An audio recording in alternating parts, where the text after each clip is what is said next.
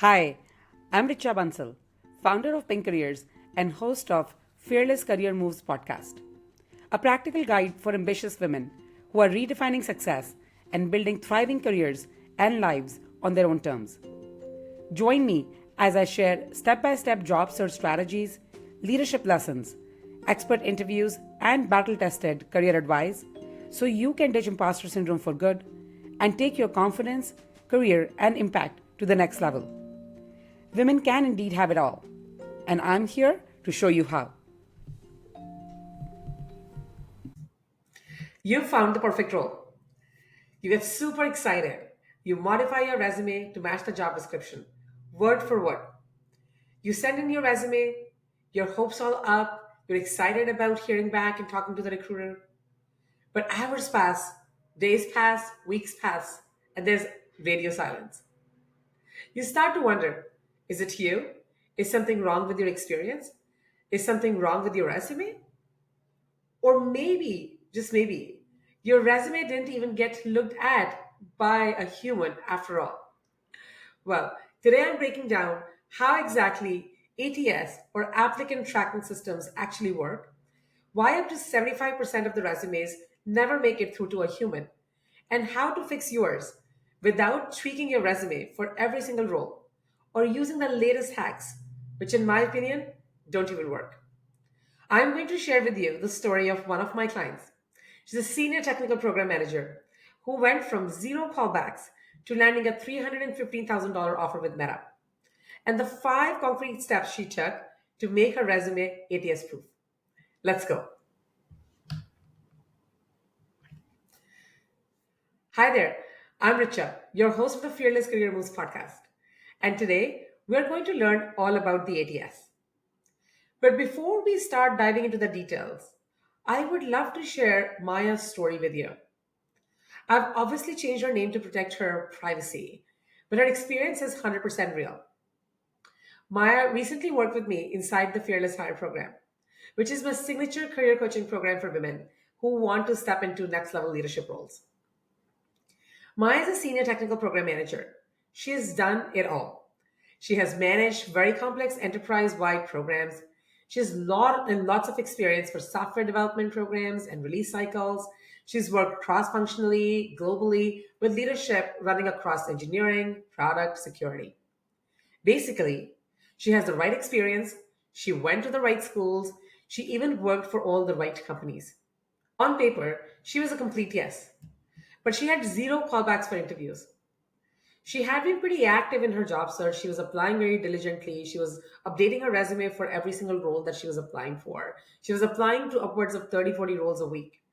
But slowly, the weeks started to turn into months, and she had nothing more than a couple of recruiter calls to show for it. She started thinking, maybe it's the market. It most definitely must be the market. Everybody is telling her that the market is so tough. Or maybe, just maybe, I do need to take another certification.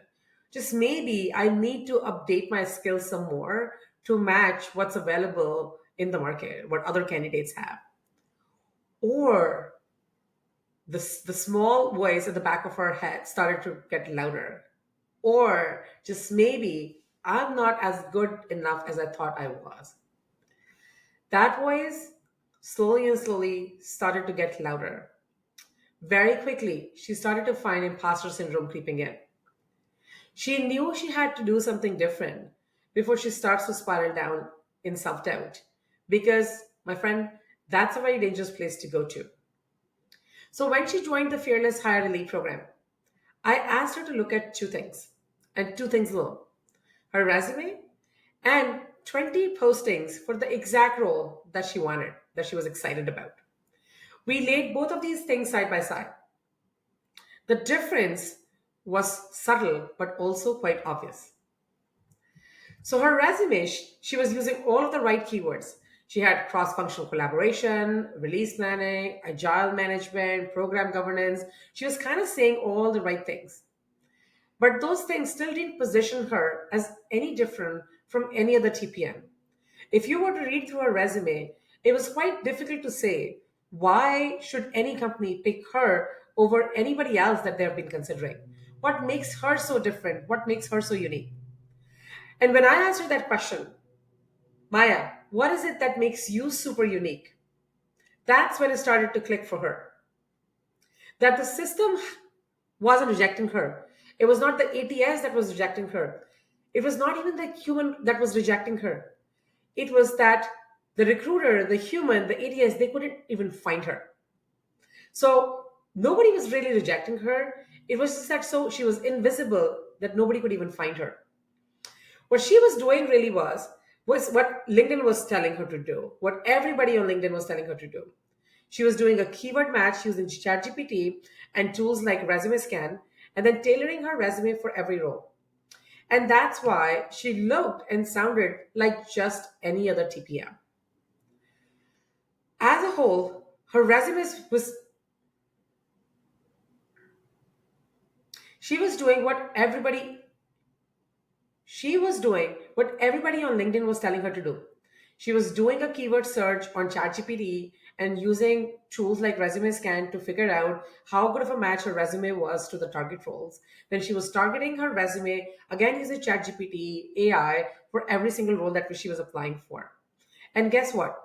She looked and sounded like just any other TPM. As a whole, though, her resume was missing the vocabulary and the overall flavor, the overall color that quickly communicated her unique value proposition. Her strong positioning as a technical program manager for cloud security programs, that is the core area that she worked in, was not coming across at all. And that's the work that needed to be done. We needed to make sure that not only is her resume ready for ATS systems, it is ready for also the human who is going to read her resume to really very quickly understand within 5 to 6 seconds if she is the right candidate to bring to the type of roles that she was indeed the best candidate for. So we made some very simple changes to begin with in her resume. We simplified her formatting, made it dead simple, dumb as possible. We made it one column. We brought in clean sections, no tables, no graphics, no photos, no logos. We standardized the font, something that would be super easy for a human to read. Next, we cleaned up our title so it matched what recruiters actually search for. We also figured out the right set of phrases and long tail keywords to use in a resume, not just a accumulation of all of the keywords that she needs to have, but what is the right set of keywords that she needs to bring in? What is the right set of phrases actually? Phrases of keywords that she needs to bring in that will very quickly demonstrate her unique value proposition for somebody who might be giving a quick scan to her resume. Because again, the goal was to not only get her resume ready for the ATS, but for the human that comes right after when the ATS brings surfaces up her resume. In less than 2 weeks, things completely turned around for her. Her online applications turned into recruiter screens turned into loops. She interviewed with Meta, Amazon, Microsoft, Coinbase, Exxon, and finally chose Meta with over a $300,000 offer. But most importantly, she chose herself. My story is so common that I knew I had to do a podcast episode about it. All right. So let me first break down for you how the ATS actually works. And again, if you didn't catch me talk about or expand ATS earlier in the episode, let me do that again for you. ATS stands for Applicant Tracking System. It's a search engine for resumes. Like at the end of the day, it's like a search engine for resumes. It is not supposed to be a mean robot. It's not a sorting hat like the Harry Potter movie. In fact, contrary to common belief, ATS is actually not rejecting anybody. Yes, you heard me right. The ATS is actually not rejecting you. Here's actually what happens when you apply through an online application for a company. You upload your resume to a portal. The ATS, which is again the applicant tracking system, it is a repository, it's a database, it collects your resume. And then the ATS parses the text in your resume. It tries to place the information into various buckets. So the work experience will go in the work experience bucket. Your titles might go in the title bucket. The companies that you worked in go to the company bucket. The dates, skills, education, certificates, you get it. Then the recruiter can go in and turn on some filters. Typically, the filters that recruiters use are around titles. They may put a filter around what location they want to hire in, perhaps San Francisco or Austin. They might put a filter around the number of years of experience you have, especially if they're looking for more senior roles. And most importantly, they would go in and search using a combination of keywords and hard skills. They may type something like program manager, agile risk mitigation, or product analytics and A B testing and customer research. If those phrases live in your resume in plain text, you will get surfaced up. If you don't, you're going to disappear, unfortunately, into the big pool of resumes that just never get past the waterline. And so, a very important point that I want to bring here is something that I hear so often with from my clients and all kind of like scared candidates that I speak with. Something that people tell me often is that, Richa, nowadays I see 100, 200, 500 resumes, excuse me, 100, 200, 500 applications come for a particular job that I go to apply to. And that demotivates me so much that I am already late. There are already 500 applications for this particular role. And something that I want to bring up for you here is that it doesn't matter if there are 500 applications that have come in for a certain role within the first 2 days. Because remember, go back to what I just talked to you about how the ATS actually works. The ATS, nobody is really sitting down from the top and scanning one by one all the resumes that are coming in. Neither is somebody going and starting from the bottoms up to look at all the resumes that are coming in. At the end of the day, the recruiter is probably waiting for 2, 3, 4, maybe a week, depending on how much amount of work they have on their plate. They're waiting for a certain number of days for a bulk of the resumes to come in. Once a bulk of resumes have come in the ATS system, then the recruiter can take some time to go to that particular role that they want to fill. They might then start to filter down this big pool by putting in the right filters, by setting the right keywords. So that's why it's super important to understand that you don't have to get scared by seeing the number of applications that have come in for a role. Instead, you need to understand how the ATS system actually works. What is the right type of keywords, the right phrases that you need to bring on your resume? What are the right frequency of the right type of phrases you need to bring on your resume? All right, I took a little segue. Let me come back to it. So once the recruiter has put in the right set of keywords and phrases to surface the top resumes, then a recruiter will see like a short list, and then they may go scan through that short list quickly to understand. Again, with 5, 6 seconds, recruiters are trained to kind of very quickly scan through a resume and understand whether you have the type of skills that they're actually looking for. So very, very important that your resume uses what I like to call long tail keywords, or essentially phrases, long tail keywords and long tail phrases, and you have enough frequency and the type of those relevant keywords spread throughout your resume. And it is super important that the formatting doesn't break the parsing of your resume into the system so that you actually can show up in the top pool for as the recruiters are searching for resumes in the ATS. The issue then becomes it's not that you are unqualified, it's just that you are invisible. Okay. Most Fortune 500 companies use ATS. In fact, the ATS market is very fragmented. If you do a quick Google search, you would find that there are upwards of 500 different ATS systems that companies use. Almost all large companies use an ATS, and a big chunk of small and medium businesses use ATS systems as well. Some of the most common platforms that you will run into are obviously Workday, or companies like Oracle use Taleo. Companies like Amazon, at least till the time I was there, was using iCIVS, Greenhouse, Lever. These are some common large ATS systems that exist out there, but there are several small ones as well.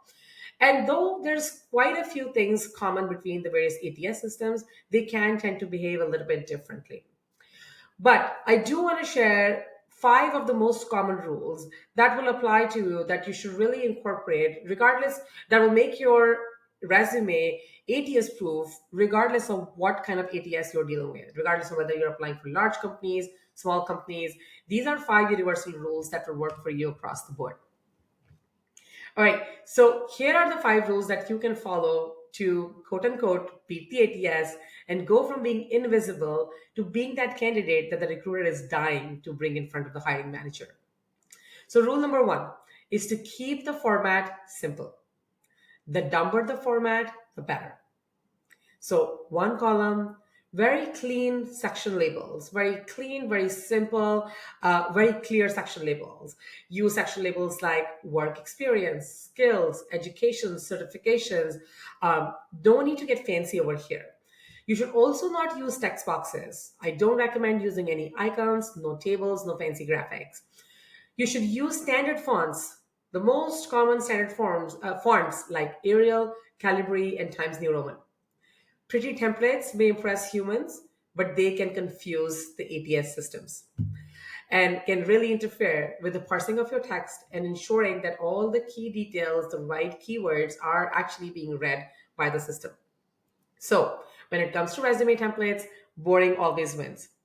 Inside my program, The Fearless Hire, we do provide a very simple, clean template to all of our clients that they're able to use to make sure that the resume that they will put together is going to be ATS proof, that will not have any parsing issues, so they can actually then focus on the content of the resume.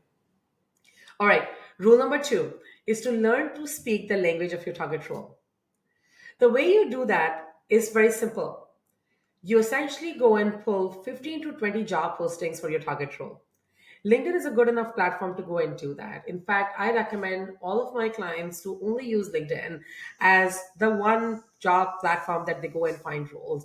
No need to go to Glassdoor, no need to go to levels.fi, no need to go to any of these other, like Indeed, any of these other platforms. LinkedIn will be just fine. And then you go and pull 15 to 20 job postings for your target role. From there, you build a keyword inventory. You circle the phrases that repeat across the different job descriptions across multiple different companies. Very quickly, you will find yourself building a list of 15 to 20 high density, high fidelity, long tail keywords. Yes, you can go to ChatGPT and you can dump everything into ChatGPT to find those keywords, but I always recommend to go back to the fundamentals. I always recommend my clients that they first read the job descriptions manually to identify the trends, to start getting comfortable with the language and the vocabulary that is being used throughout these different job descriptions. And then later on, of course, you can leverage AI to make sure that your list is complete. Once you've identified all of these keywords, then you will sprinkle those keywords throughout your resume to build strong accomplishment statements. So let's take an example. Let's say that the postings use words like agile, A/B testing, customer research. So not only would you put these keywords as part of a skills highlight section, but you would also build comprehensive accomplishment statements using these keywords so that throughout your resume, you can start to build an overall flavor, overall vocabulary of the right type of keywords and phrases being used for the role that you're applying for. So you would say things like, led A/B testing to improve conversion by 12%, bringing $8 million year over year incremental revenue. Or you might say things like, manage agile sprints for ABC software release to accelerate delivery by 2 weeks. Or conduct an in-depth analysis of competitor, go-to-market strategy, and user segments to identify opportunities for target acquisition and retention of the $50 million home goods product line. So what you've done now is not only have you listed the keywords that you find as part of a keywords highlight section, a skills highlight section, but you've also now repeated the right keywords and right phrases throughout your resume to build that overall flavor towards a certain type of skill set. Okay. So as the recruiter is scanning through your resume, as the ATS is scanning through your resume, they're able to see that there is enough frequency of the right type of skills that the job posting is asking it to look for. All right. Rule number three. Rule number three is to use clean titles and headings so that you can be found out, you can be discoverable. So this is a mistake that I often see clients make where they put their exact title, the one that has been given to them by their companies, on their resume. Internal titles can sometimes get super cute. For example, sometimes company give us titles like growth catalyst, program manager 3, or head product strategist. But these titles don't really translate to what is quite common in the market, because not a recruiter is not going to go and search with growth catalyst to find somebody who's head of growth. They might not go and find and search in program manager 3 to find somebody who's a senior program manager. So, really, the work that needs to be done here is to translate your titles into market standard. Use very standard common titles like staff technical program manager, director of product, senior data scientist. Obvious question that comes to me is that a problem if I change my title and don't put the title that the company was given? And the simple answer is the title that you put on your resume and LinkedIn should be equivalent to the scope that you manage. So if the scope was equivalent to a senior program manager, you add senior so that it can actually align with the scope that you manage, can align with the level that you are at. Okay. You also want to keep your section headlines very clean, very classic, very boring. So I have sometimes seen people put headings like my story, where you should go with simple headings like work experience. Okay. All right, let's get to rule number 4. Rule number 4 is to be careful with knockout questions. Many ATS systems will auto filter yes and no type items, things around basic qualifications, such as the number of years of experience you have, or items around sponsorship. If you are currently authorized to work, let's say you're on a visa and you are currently authorized to work, and the question is, do you require sponsorship now? You can simply answer no, because that's true today. Right now, you don't require sponsorship. Then you can clarify that will allow you to make sure that you are not taken out of consideration because of a knockout question. And if you put yes here, it is very, very likely if the company doesn't do any sponsorship, you would automatically be rejected. You would automatically be taken out of consideration because of this knockout question. And so the best thing to do here is to answer as truthfully as possible, but to also answer intelligently in a way that you can move past the knockout question, and then you can clarify the nuances with the recruiter once you are talking to a human being. At that point, for example, if you are on a TN visa and you don't require sponsorship, you can actually clarify to the recruiter that what kind of visa you are in, how long do you have available to work on that visa, and so on and so forth. Okay. The goal is to avoid getting removed as before you even get a chance to explain your case. Okay. All right. Rule number 5. Rule number 5 is to pick up the type of file that the system can read easily. So unless the ATS has explicitly specified, unless the portal has explicitly specified that they take PDFs in, it is best and safest to upload a docx document. Word files usually parse better and cleaner across systems like Workday, Taleo, iSIMS, and so on and so forth. If a site says PDF only, follow that instruction. But otherwise, dot x docx gives you the word format. Basically, gives you insurance that your keywords are not going to get lost. That you will have an easy time parsing through some of these systems. Okay. Uh, Let me tell you some other sort of tips or behind the scenes, some realities that nobody's really kind of telling you. ATS also weighs for recency. So you want to make sure that you're putting your most recent, more relevant experience high up in the order. You're putting your most recent experiences higher for each role, and more useful achievements, or more like the achievements that you're proud of higher up for each role. It also reads from left to right, top to bottom. And so you want to put titles, companies, dates in simple lines so that the parsers can actually grab it. And it becomes easier for you to just simply upload the file and not manually upload and correct many, many things. Okay. Finally, another tip that I want to share with you is wherever you have acronyms, write both the acronym as well as expand it fully. So if you want to write SaaS, also expanded software as a service. And in many cases, the keyword that recruiter might be searching with could be an abbreviation, and sometimes they may be searching with the full expanded version. So it's safe to put both of these together. All right, it's time to do a quick recap. Rule number 1, use simple format so the ATS can actually read you and put you correctly in the system. Rule number 2, Translate your actual impact into exact phrases that your target postings are using. So you can not only build the frequency of the right keywords, but you can also build the right flavor, the right vocabulary across the resume. So that as the resume gets pulled up to the top and the recruiter scans through your resume, it really stands out to the human eye as well, and they're willing to move you forward. Rule number three was to use market standard titles and classic section headlines. Rule number four was to answer knockout questions clearly and intelligently so that you at least have a chance to talk to a human and explain your case.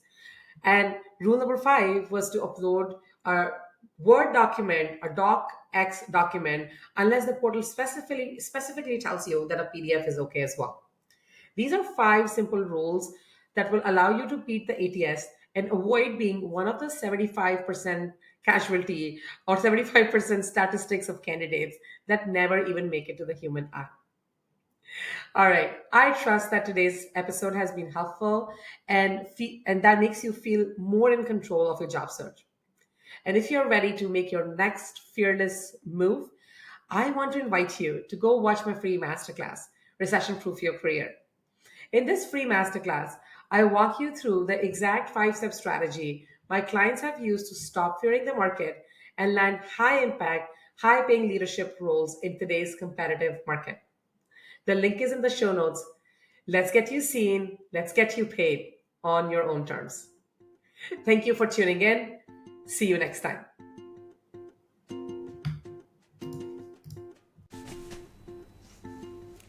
Thank you for tuning in. If you loved today's episode, be sure to follow or subscribe and give us a 5-star rating on Apple Podcasts, Spotify, or your favorite podcast platform.